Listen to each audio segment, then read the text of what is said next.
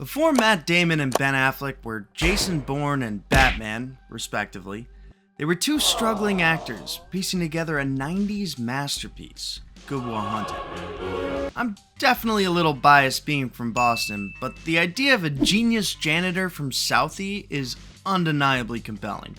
It also gave them the opportunity to showcase these amazing Boston accents. This is a Harvard bar, huh? My boy's wicked smart. Well, I got a number. I got your card. Figure the best thing for you, kid, was a car. An accent I will further enforce is extremely rare in the Boston area. The movie stars Damon, Affleck of the Ben and Casey varieties, Cole Hauser, Minnie Driver, Stellan Skarsgård, and an always seen stealing Robin Williams.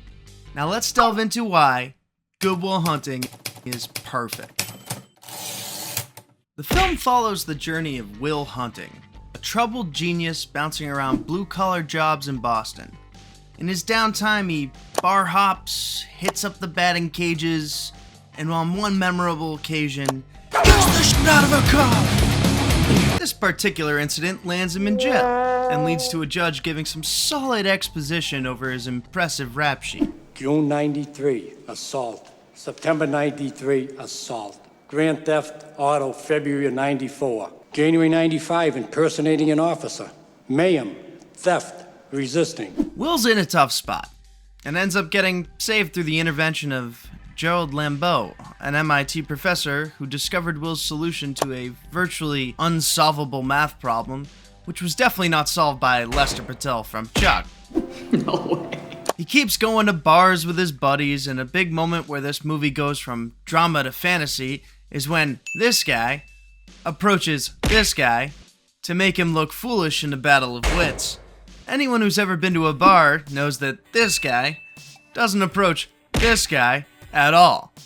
Especially when his entire crew looks like they literally just got out of a fight. Are you like me now? Anyways, to avoid jail time, Will needs to do math and receive counseling. After a couple of unsuccessful sessions, Will meets his match in Sean Maguire, played by Robin Williams. The storyline that carries the movie revolves around Will Hunting meeting a Harvard student, Skylar, and struggling to commit to her while evaluating his life during sessions with Sean. Everybody has personal demons, and showing one's vulnerabilities is not for the faint of heart. The direction by Gus Van Sant is extremely grounded in the human element of all the characters. Most of the group shots are level with them, making the viewer feel like they're just another part of the crew.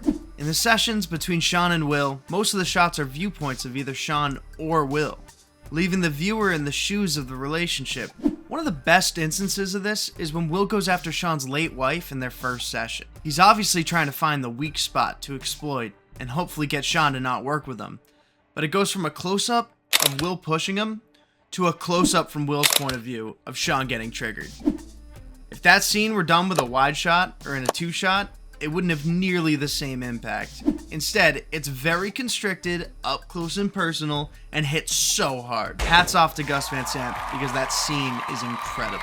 A lot of hype is built around the main actors, but there's one moment that is truly special to me. Cole Hauser's portrayal of Bill in the opening bar scene is unironically one of my favorites. He sits at the table with his head in his hand, not speaking a word. Everyone has been Bill at this moment at one point in their life. All the characters in the movie are complex, and I particularly love that there's no villain. The core conflicts are the internal struggles of Will Hunting and how they impact those around him. Matt Damon does a tremendous job illustrating this with grace and internal strife. If there is an antagonist, it would be Gerald Lambeau, who's trying to mold Will into something that Sean fights might not be in his best interest. The arguments here lead to some of the best lines from Lambeau that get extremely fun to imitate in an exaggerated style. It's about my medal, is it? Oh, God, I can go home and get it for you. You can have it. Hey, you were smarter than me then, and you're smarter than me now, so don't blame me for how your life turned out. It's not my fault. I am what I am today because I was pushed and because I learned to push myself. Chucky's speech to Will about how he owes it to him and everyone around them to get out of their ecosystem is just brilliant writing. You don't owe it to yourself. You owe it to me. Because tomorrow I'm gonna wake up and I'll be 50. And I'll still be doing it. That's all right, that's fine. I mean, you're sitting on a winning lottery ticket.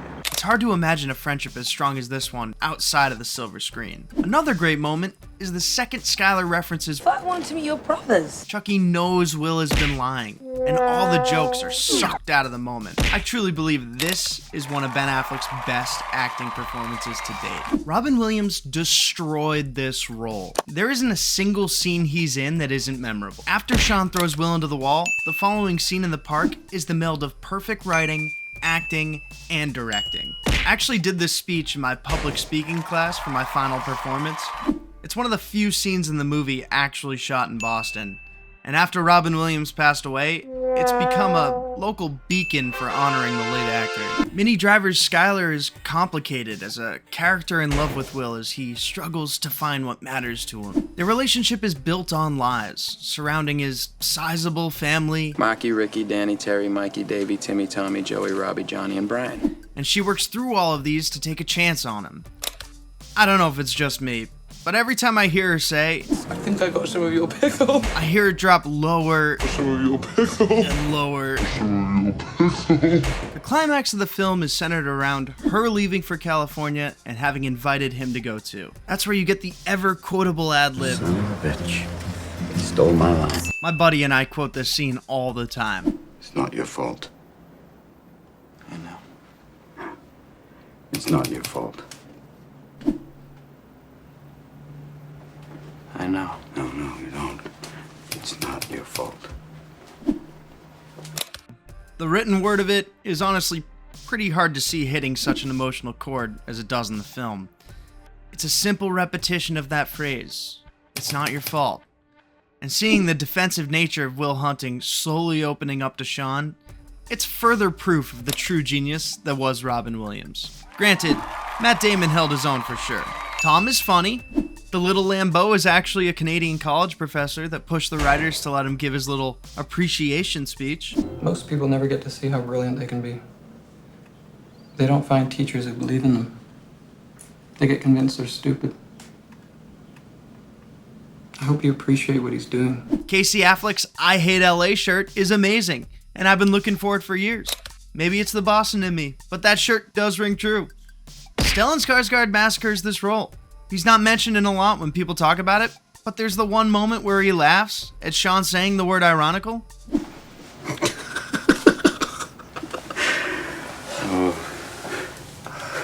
Is it that funny? Growing up watching this movie gave birth to my own internal meme of angry Matt Damon. I would caption these pictures, "Don't aggro Damon," and start sending them to my family members. You'll start seeing it as a common trend in Damon's movies. He tends to have emotionally charged shouting matches where he's practically yelling at the camera. You're welcome. Relationships are always a good common ground for viewers to latch onto. There's a universal struggle that anyone who has had a relationship knows. They always challenge you and force you to fight or flight at crucial times. Sean's mentorship, Chucky's friendship, and Skylar's love all play crucial roles in Will's transformation and character development.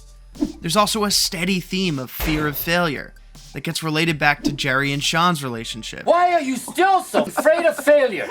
Will struggles with the possibility of failing with Skylar, hence why he breaks up with her towards the end. I don't love you. Good Will Hunting explores trauma, healing, and the search for meaning in life.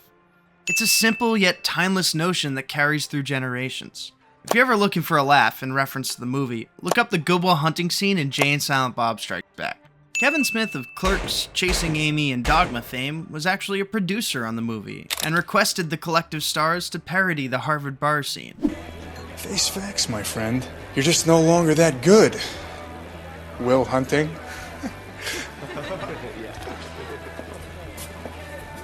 Now how do you like them apples? The Elliott Smith music used throughout the film offers a stark contrast to the gruff, Southie nature and emotionally charged interactions.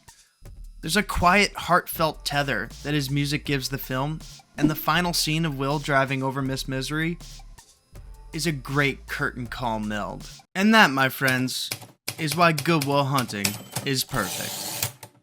Have you seen it?